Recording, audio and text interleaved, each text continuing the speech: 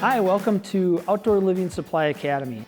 Our topic that we're talking about with our segmental retaining wall system video series is the backfill aggregate. We've talked about the leveling pad and the drainage zone and the block, and now we're talking about the backfill aggregate, which goes immediately behind the facing units. This must be open graded. We want no fines, so this is a clean open graded stone, and it's typically going to be in that 3/4 inch minimum to 1.5 inch size maximum, like what I've got here for a sample. The function of this, many people have always considered this a drainage zone behind the wall units, and that's one of its functions, but it actually has several functions.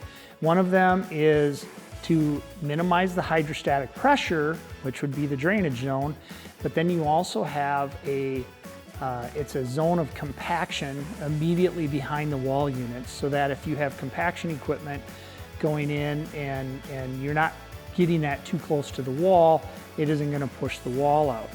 Another thing it does is it's a zone of frost protection, in that northern climates get a heavy freeze-thaw cycle. It kind of acts as a sponge or a spring, so that if soil forces that are freezing and expanding want to push against the wall, they push against this aggregate and it can flex, and it reduces the pressures that actually are on the wall itself.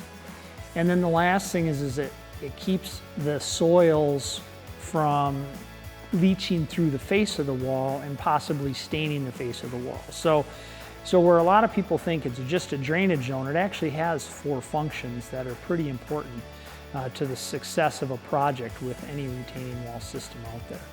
So it ties in with the drainage system, but it also works as a structural element to maintain the structural integrity of a retaining wall system after it's completed. Thank you for watching Outdoor Living Supply Academy.